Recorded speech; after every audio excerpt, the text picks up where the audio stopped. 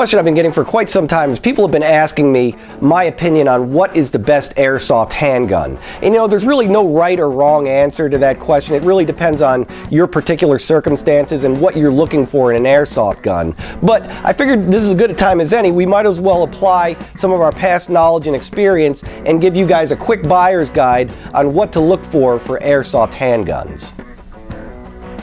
The first thing you have to consider when buying an airsoft handgun is exactly what is your motivation for buying a particular style of airsoft gun. There's a lot of guys out there that are firearms enthusiasts, even competitive shooters, and in a lot of cases we get professional law enforcement that want to get an airsoft gun that is as close to their actual weapon as they can get. On the other hand, you get a lot of guys out there that are just airsoft shooters that have no intention of actually being a regular firearm shooter. They just want to get something that is a practical gun for use on an airsoft battlefield. So consider that first of all when you're buying an airsoft handgun. Now, I know a lot of professional law enforcement are issued Glocks as their standard sidearm. Then the news is not all good for you guys that are out there looking for airsoft Glocks.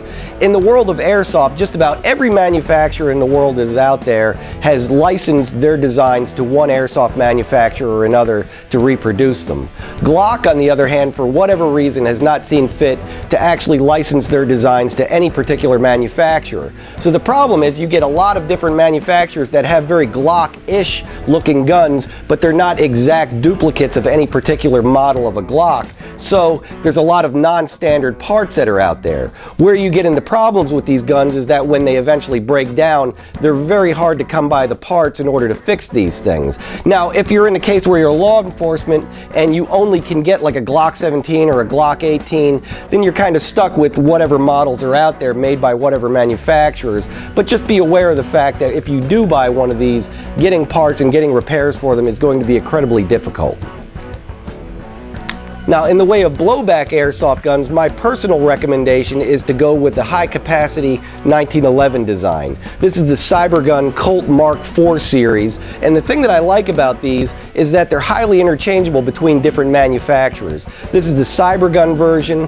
We also have the WE Tech version. We also have the KJW version. We also have the Well version, and so on. There's a lot of different guns that are out there. The nice thing about these guns is that they're highly interchangeable. For instance, the safety levers, the magazines can all be interchanged. You can get them in either CO2 or green gas. All of the components inside of it, as far as the barrel, the bushings, the springs, all that kind of stuff is all highly interchangeable. And if you ever bother to go online to look for replacement parts for one of these, you can get them just about anywhere. So if something breaks on this gun, you can easily get the replacement parts for it. Now, on the other hand, if you buy one of these Glock style guns and something breaks, you're really going to be up a creek without a paddle because there's not a lot of parts out there. So if interchangeability and being able to get the parts are a consideration for buying a gun, I would stick with the high capacity design of the 1911. Now, if you're looking for my personal opinion on what I shoot when it comes to airsoft handguns, I tend to stick with the non-blowback CO2 guns that are out there, and this is for a number of reasons. First of all, they have a lot less moving parts on them. There's no moving slides, so there's not a lot of stuff to go wrong with the gun. The problem with the blowback guns is that there's a lot of intricate parts inside of there that are necessary to give you that blowback kind of feature, and those parts have to be maintained. So you have to maintain them somewhat like an actual gun, where you have to disassemble it, field strip it, oil it up, clean it up, put it back together. With non-blowback guns, you have none of that. It's a very simple process to shoot these. You just simply put the CO2 in it, pull the trigger, and away you go. The next thing I really like about the fixed slide guns is that they're a lot more efficient when it comes to how much gas they use. On a blowback gun, it needs to use more gas since it needs to drive the slide back as well as shoot the BB down the barrel. So in the same amount of gas it takes to shoot one shot out of a blowback gun, you can shoot 2 or 3 shots out of a non-blowback gun. So these are a lot more efficient with how much gas they use. The next thing I really like about non-blowback guns is they tend to have higher performance than the blowback guns. And that's pretty much for the same reason that we talked about on the last thing, where a blowback gun has to divide the gas up between driving the slide back and shooting the BB out of the barrel. So on this gun, you might get 300 to 350 feet per second. On a non-blowback gun, you may get 400 to 450 feet per second using the same amount of gas. The one other thing you need to consider when you're dealing with a gas blowback, especially a green gas gun versus a CO2 gun, is the environmental conditions of where you're going to be shooting and what the temperatures are going to be outside. CO2 guns tend to be a lot less sensitive to outdoor temperatures, where they tend to give you a fairly consistent result regardless of whether it's 100 degrees out or 30 degrees out. Green gas, on the other hand, tends to be very sensitive to outdoor conditions, where on a 30-degree day, you're probably going to get half as many shots out of one of these as you are on a 90-degree day. The CO2 guns, on the other hand, tend to not have those same kind of problems. So if you're going to be shooting outdoors in conditions where the temperature may drop down quite a bit, you may want to stick with a CO2 gun. And lastly, something you have to consider is how much easier it is to carry around extra gas with you when you're dealing with CO2 versus green gas. Now, if you're just at a target range and you're sitting behind a bench shooting at targets, it's not a big deal to have an extra can of green gas with you.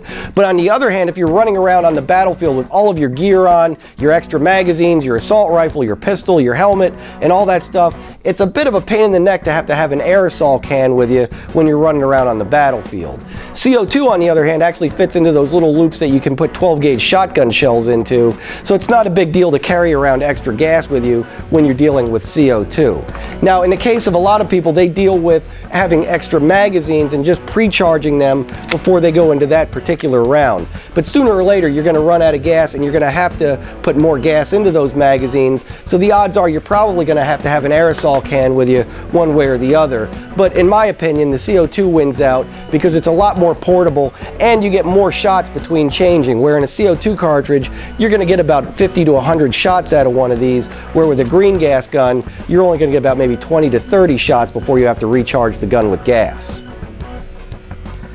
Now, we also get a lot of questions about the fully automatic handguns that are out there, like the Desert Eagle that goes in full auto. There's also the Mac 11 A1 if you're into the submachine gun style. Or for you guys that want a more compact package, there's the M9 and the Beretta, which give you a little bit of a smaller gun that not only can you shoot semi-automatic, you can flip the switch and go a little further and fire a full burst out of these guns. Now, these are not the most efficient guns to shoot, where they use a lot of gas. But if you need a lot of firepower in a very short amount of time, let's say you're a sniper shooter and you got pinned down and you need to get everybody to keep their heads down while you get out of the area, these are a great choice. But for the average shooter that's just doing a little bit of tactical shooting as a backup gun or as a secondary, these are probably not the most efficient to use. And in that case, I would still recommend sticking with the fixed slide CO2 guns that are out there.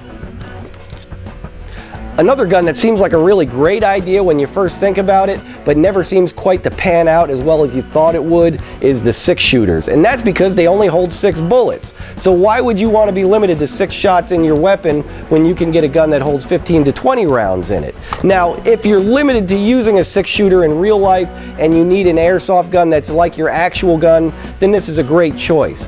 But if you're running around on the airsoft battlefield with only 6 bullets and the guy behind you's got 20 bullets, you're going to be doing a lot of running because he's going to be doing more shooting at you. So you may want to consider that when you look into a 6 gun.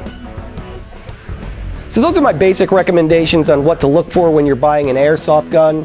If you need to get a blowback gun, I recommend sticking with the high capacity 1911 design that are out there. If you want to get a gun that's more efficient and is going to last you longer, I recommend sticking with the non-blowback CO2 guns. And if you can at all do it, stay away from the Glock guns that are out there. Now, I know Glock makes really good guns in the real world, but in the airsoft world, they're really hard to come by parts, and I have a feeling you're going to be let down when the thing eventually does break because you're not going to be able to get parts for it. If you want to order any of the guns we talked about today, feel free to go to our website at replayairsoft.com, or if you have any questions, shoot us an email to our email address at replayairsoft@yahoo.com, or best bet, stop into the showroom and you can try any of these guns out for yourself and see exactly what I'm talking about and try it out for yourself. So until then, we'll see you the next time.